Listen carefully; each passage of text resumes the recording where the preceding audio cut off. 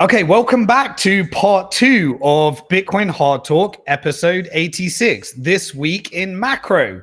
In part 1, we covered the Iranian exchange. We covered the relationship between Justin Sun and the Trump administration. And we covered the Genius Act that's going to lead to reform in the banking system based upon the stablecoin bill.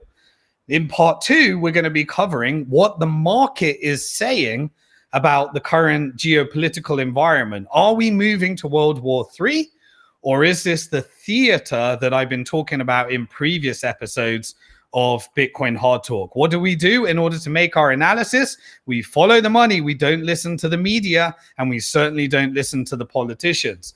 We follow the money to find out what people are doing with their money because the market tends to know best. And the market is telling us that the US is not likely to join this action. And if they do join it, it will be a limited, predetermined outcome. I'll cover more on that in part 3 in geopolitics, but it's certainly not telling us we're moving to World War III. Right, so leading up to this recent conflict, looking down into the micro section, I went through all the different stocks that have exposure and heavy exposure to Middle East. They've basically been going up steadily over the last few weeks leading up to this event. So the market was really not factoring in that this is going to be a major problem. It's not going to be leading to World War II. But if you're listening to the media, it sounds like the world is going to end. And you can even go into different factions. If you follow me on X, I've been contributing in real time. I mean, that's why I've got a bad throat. I've been giving so much content in real time around everything that's happening. You know, all the bits with the media blackout, everything they're hiding from you, completely different. And we've been covering, you know, what's really happening if you're not in the West. And then other spaces have just been covering Fox News and CNN and all of the propaganda to make you believe that,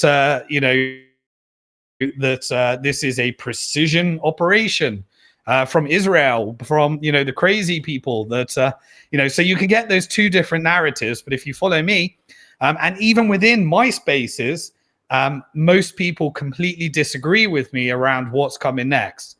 I'll cover more on that in part 3, and I covered it last week as well.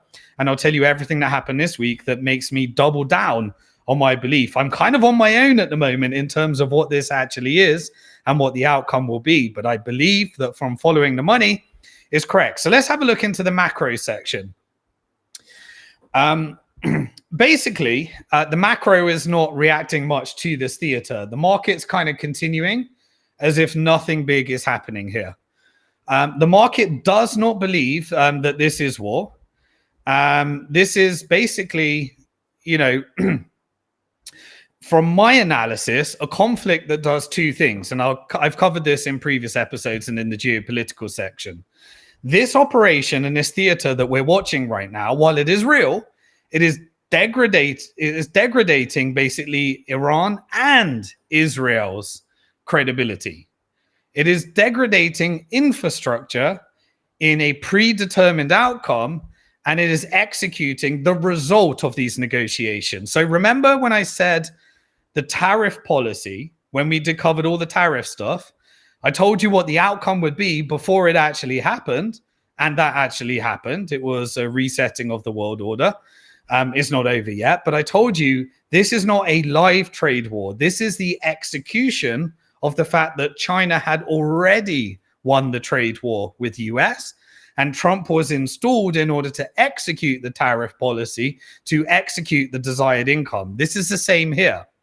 The outcome has been going through multi-years of negotiation based upon game theory, and this is the execution of the outcome. It is not a live outcome that isn't predetermined. And I give my case for that, and I've been given reason for that. So it degrades credibility based upon power dynamics in the region and where everything is. And it also cleans out the field for basically Gulf-led regional power.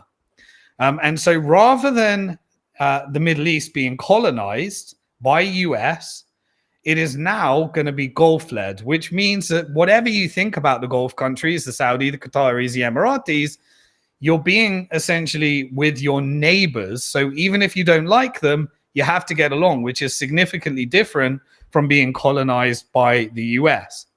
But this paves the way for that. Now, that's my baseline theory of what we're witnessing, based upon geopolitics, macro, and various other factors. But what is the macro market actually saying, and what is the micro stocks and various other commodities saying? So I had a little bit of a look. So the first strike happened while we were live last Friday. It was Friday the 13th of are we June or July? I can't even remember where we are now. Are we in June? I think we're in June. July? Yeah, I think we're in June.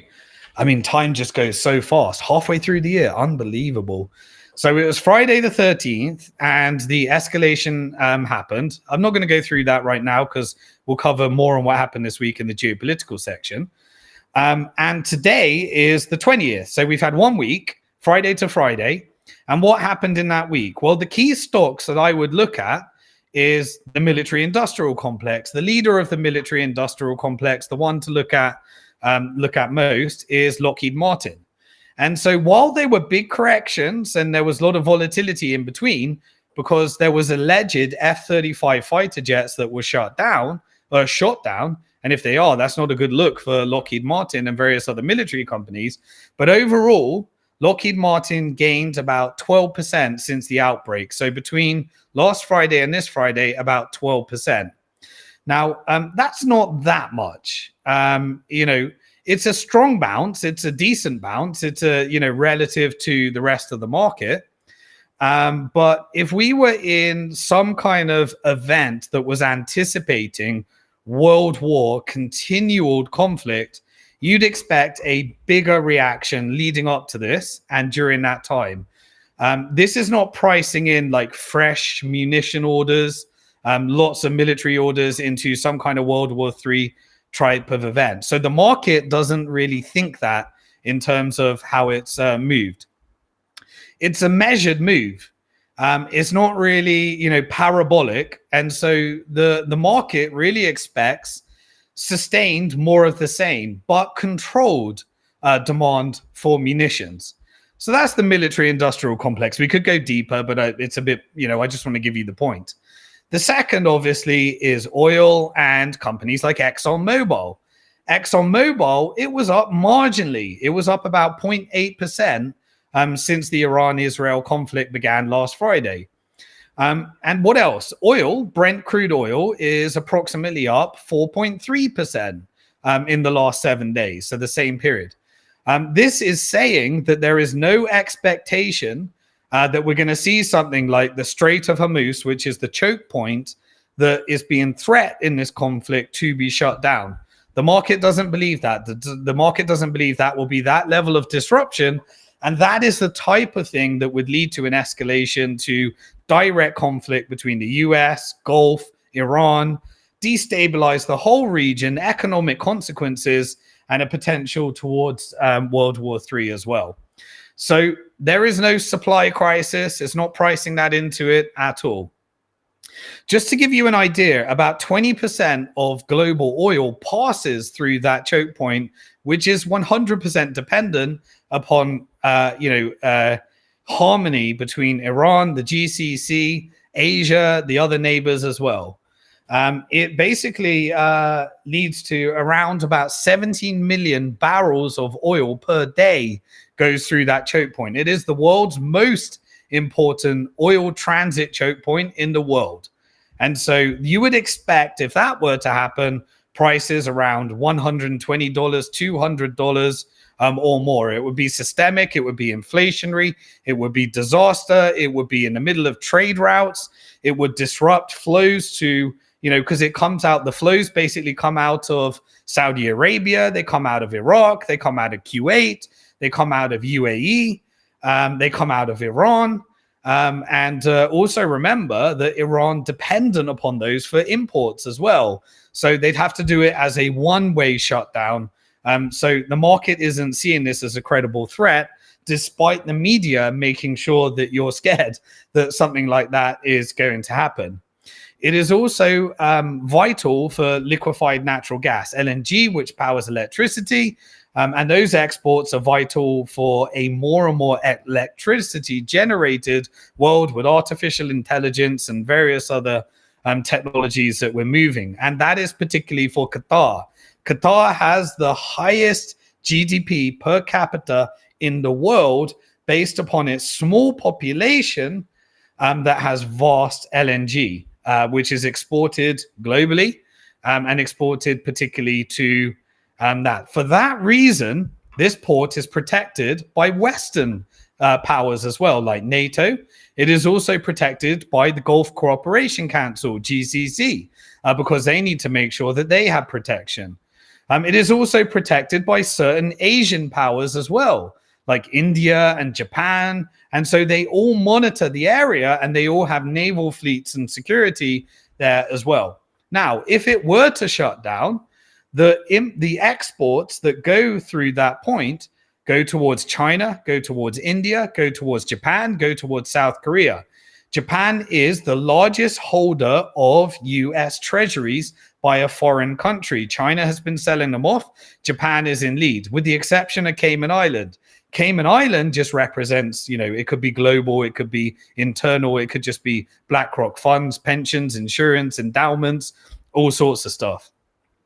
And so Japan is engaged in a trade war battle with the administration.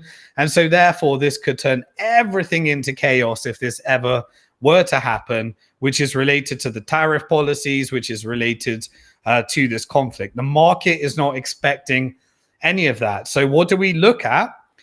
We look at some of the shipping companies. So I was looking at Zim Shipping, for example. Excuse me, just going to refresh my voice. So in the last week, Zim Shipping basically experienced a modest uplift of about 4%. So it's not expecting that type of disruption.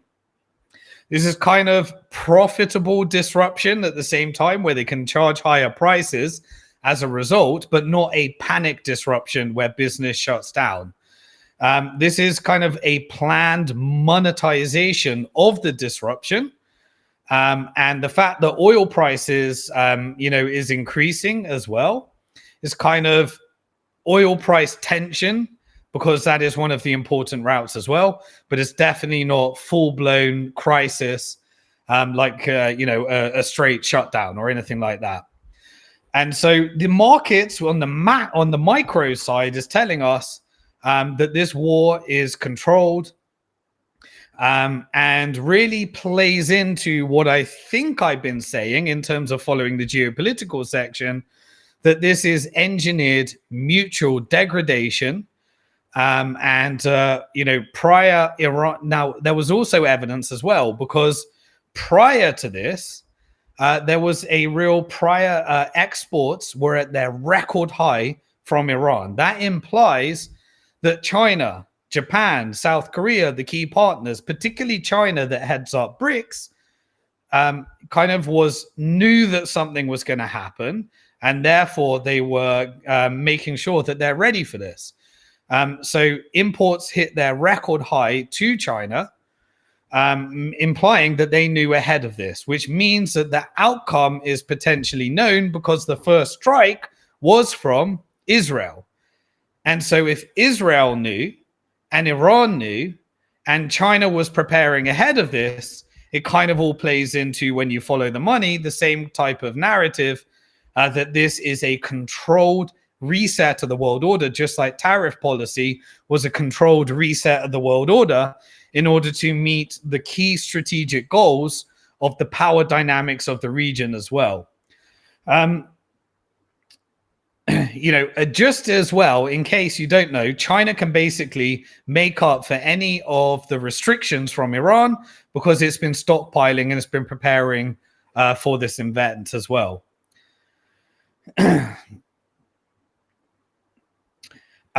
Also, during this whole event, the whole time, Saudi was essentially remaining very, very neutral. It doesn't want to be seen, as favoring Iran or favoring US, but it's also his public rhetoric has been favoring Iran, reiterating that there is unity in the region, and everybody in the region, with the exception of Israel, has already bought into the controlled outcome here. So is Israel disrupting the agreed outcome, or is Israel and Iran executing the agreed outcome? I say executing the agreed outcome, and the monetary flows are telling me that that's exactly what's happening as well. Remember also, because the Strait has NATO forces as well, this plays into Russia's interest. So any Russian negotiations, they won't allow this type of extra forces from US into the Caspian Sea, because the US doesn't control those power dynamics anymore. We are not in the world order where, before just after the fall of the Soviet Union, where America had all the power and it can just do whatever it wants. Also, remember what we look at in the macro section. We look at the yields on bonds from government, from the US government. The 10-year and 30-year bonds, those auctions have been fine. They've all been going through, but there is a little bit of trickery to hide distress as well. And that is that the size of the auctions has been smaller and smaller and smaller. So when the US is auctioning off its debt to roll over the $10 trillion that it needs to roll over, and it does some every month, it has been selling them out, which has been, leading to these slow higher rates, because people are seeing the US government as more risky to lend to, but they don't want a situation where the auction can't sell out. So they're making the auctions smaller and smaller and smaller. But also, the highest foreign buyer of those assets is not Japan, it's not China, it's not UK, it's not some of the other foreign nations, it's Cayman Islands. Cayman Islands means that these are shell companies for US rolling over and buying its own debt, and it is internal buyers. So the quality of who's buying the debt is decreasing. The amount that's being auctioned off is decreasing, and the rates at which the US government is paying for their 10, 30 years is increasing. And so while this debt is being rolled over, the market basically said that World War III isn't coming because US has its own issues and US can't afford to do this anymore. It is a strategic retreat to the multipolar world that the money and the market is telling us. At the same time, US announced some of its retail sales.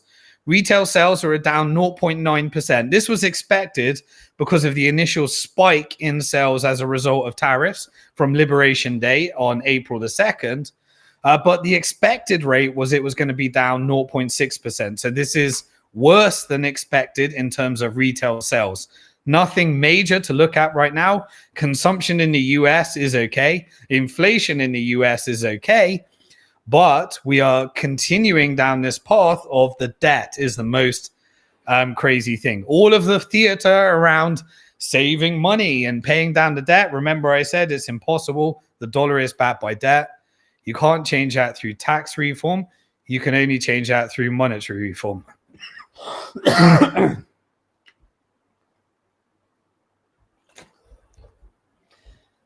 Okay.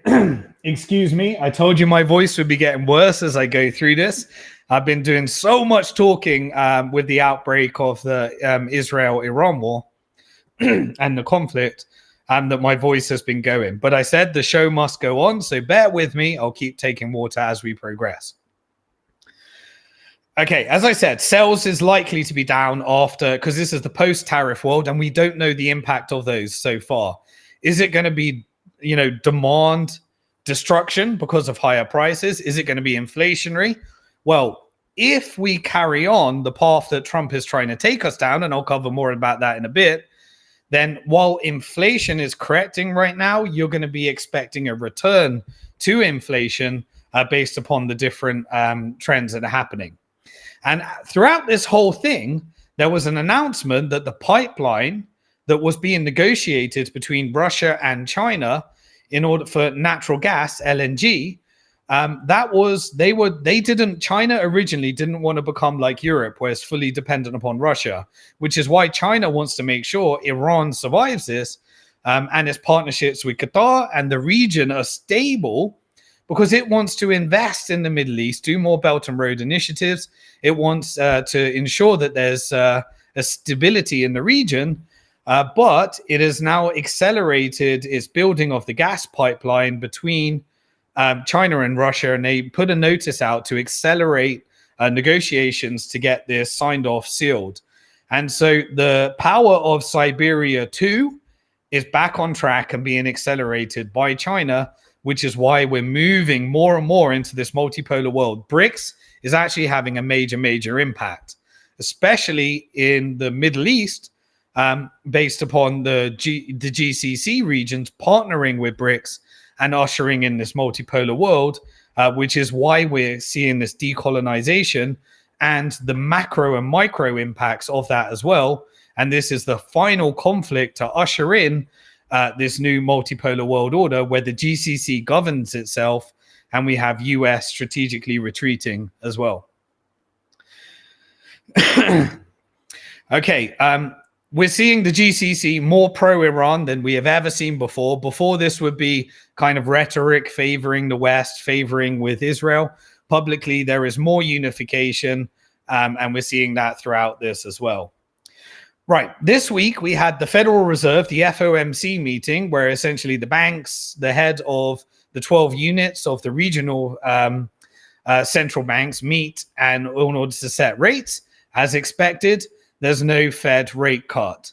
And Trump came out and had a conference and obviously was pushing massive rhetoric, saying that Trump, trying to blame everything that's happening upon Jerome Powell. Jerome Powell is just middle management. He works for the banks, the same banks that Trump essentially works for in the proof of weapons network.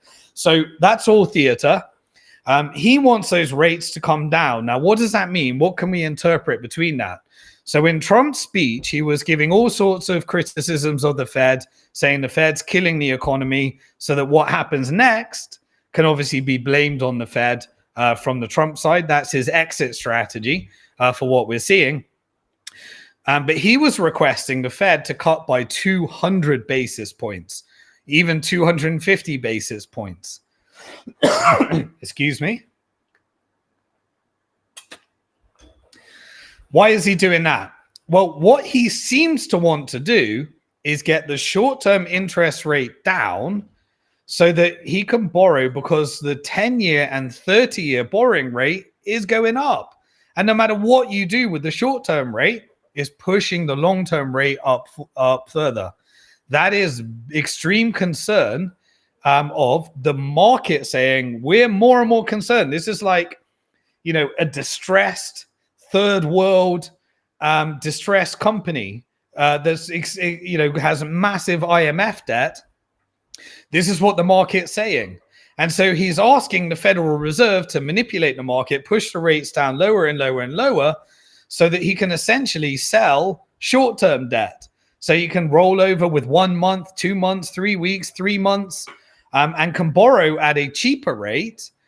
Because the short-term rate is cheaper. If you're going to lend money to the government for a longer term, you're going to want to be compensated with a higher rate. But he's looking to roll it over short-term, which is exactly what a distressed country would do. They would try, and the only lenders would be the short-term ones. They'll try and do it at a lower rate. And this is essentially a distressed country strategy. Now, what's the implication of that? By doing it all at the shorter and shorter term rate, you're increasing the rate that you need to borrow as you're rolling over the debt. This is more and more inflationary pressure. So we have been in a trend since the shock of the COVID, 9 to 10% rates, down to the rates where we're between 2 and 3%, and we're starting to see a return to that. So if you end up restricting immigration, inflationary, restricting, going for the tariff policy to rebuild the manufacturing base, inflationary, and rolling over with short-term debt, inflationary. And at the moment, it is now interest on the debt is the largest item on the balance sheet. It's going to 1.2 trillion. 1.3 trillion is now larger than defense. So it is going into a debt distressed country type of things. Every credit rating agency has now downgraded US debt. And every time you may get a shorter date rollover, the market is increasing the rates and the dollar is being weakened. Now, it hasn't come down to its all-time lows, but the DXY, the price of the dollar, priced with other currencies, is still below that 100 mark. It had a little bit of a spike in the last week and then started to come back down again, and the market is not believing it. So you're getting a weakening dollar, which seems to be the strategy, at the same time as rolling over debt on the short term, which means all roads return to, a return to inflation all over again as the strategy. This does not impact mortgages. This does not impact real estate, because remember, mortgages are based upon the longer term debt, not the short term debt. So the Federal Reserve can't control in this moment. So even if they reduce rates and did what Trump said, the only impact would be they'd be able to roll over the Ponzi scheme just for a month, 2 months, 3 months. But the long-term rates will go up, which means mortgage rates go up, which implies distress as well. So this is all about, it's basically signaling to the world that lending to the US government is a distressed asset relative to what it is. And this is why we started to see essentially an environment of what may lead to a return to QE to infinity, and everything he promised is not happening, which is consistent with the Big Beautiful Bill. And the Big Beautiful Bill is pushing for an increase in the debt ceiling to $5 trillion. And what's being negotiated? The ushering in of the surveillance state with Palantir and a massive transfer of wealth from Main Street over to Wall Street and the military industrial complex. Nothing stops this train. It doesn't matter who's in charge. Whoever's in charge, left, right, Republican, Democrat, taking on the deep state, being a part of the deep state, they all work for the same parties. And so that is what it looks like it's going.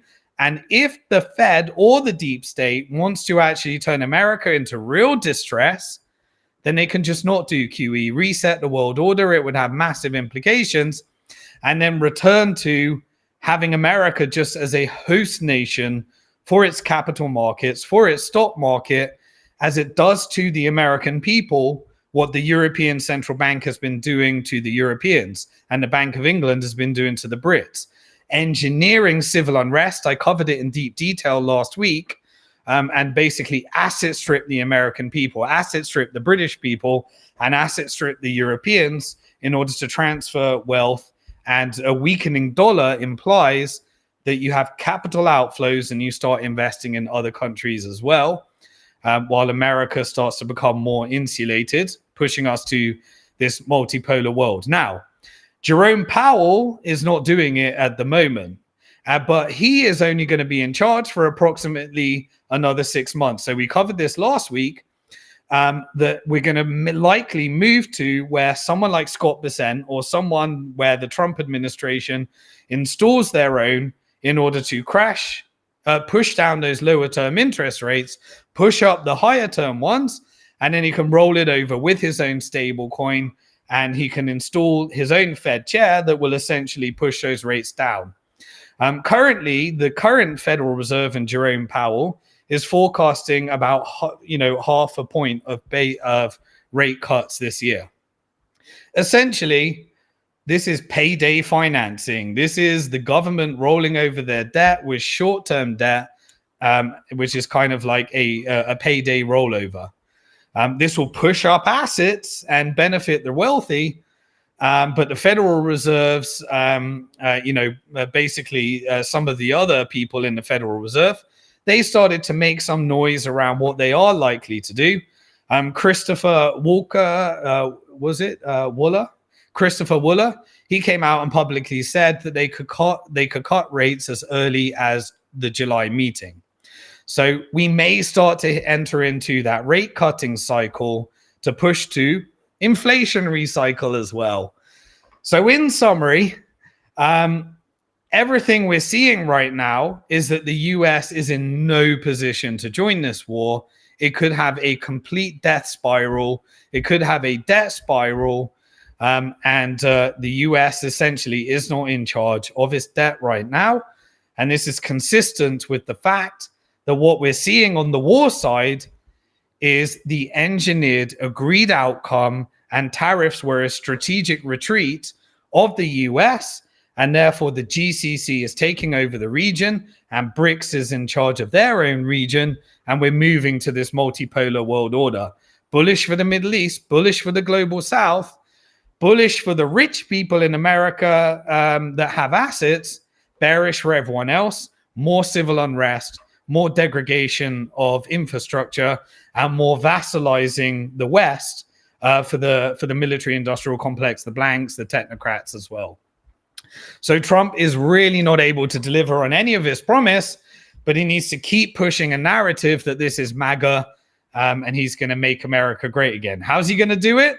Take credit for peace in the Middle East, which is another indicator. I've covered that earlier last week, and I'll cover that a bit more in part 3. Even though he won't take peace in the Middle East, push towards a war, make everyone freak out, and then when the actual outcome happens, Trump will take credit for it, which will rebuild his base, get him through the next phase while they asset strip the average American and they start to think that something's happening here.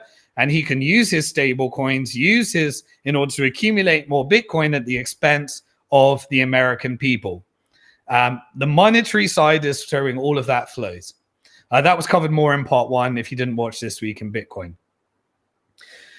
And so in the macro side, it is consistent with everything else I'm seeing on the Bitcoin side that what we are witnessing between Iran and Israel is pre-agreed outcome and the engineering of what I'm going to be covering in part 3 and what I've been covering all along, that this is a resetting of the world order. The outcome is known. US won't join. If US does join, it will be on a pre-agreed basis, which I don't think will be at all.